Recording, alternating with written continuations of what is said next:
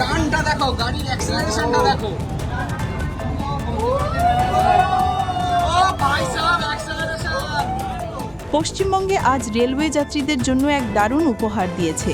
Dumdum junction থেকে Sealdah Ranaghat AC local ট্রেনের উদ্বোধন হতেই মানুষের মধ্যে আনন্দের ঢেউ ছড়িয়ে পড়েছে। গরমের এই দমবন্ধ করা আবহাওয়ায় ঠান্ডা ও আরামদায়ক যাত্রার স্বাদ এখন লোকাল যাত্রীরাও পাবেন। স্টেশনে এই ট্রেন দেখতে ও এতে ভ্রমণ করতে মানুষের ভিড় উপচে পড়েছে, আর সবার মুখে স্পষ্ট উচ্ছ্বাস। যাত্রীদের মতে এ ধরনের সুবিধার জন্য তারা অনেক দিন ধরে অপেক্ষা করছিলেন। প্রচণ্ড রোদ ও আর্দ্র গরমে যাতায়াত করা কঠিন হয়ে যেত, কিন্তু এখন এই এসি লোকাল ট্রেন চালুর ফলে যাত্রা শুধু আরামদায়কই হবে না, ক্লান্তিও অনেক কম হবে। এক যাত্রী বললেন, এই গরমে এই ট্রেন যেন আশীর্বাদ। রেলওয়ের মতে এই ট্রেনের ভাড়া দূরত্ব অনুযায়ী ৩৫ টাকা থেকে ১২০ টাকা পর্যন্ত রাখা হয়েছে, যাতে সব শ্রেণীর যাত্রী এর সুবিধা নিতে পারেন। এই ট্রেন প্রতিদিন একাধিকবার চলবে, ফলে দমদম, শিয়ালদহ ও রানাঘাটের মধ্যে যাতায়াত হবে এখন দ্রুত, ঠান্ডা ও স্বাচ্ছন্দ্যময়।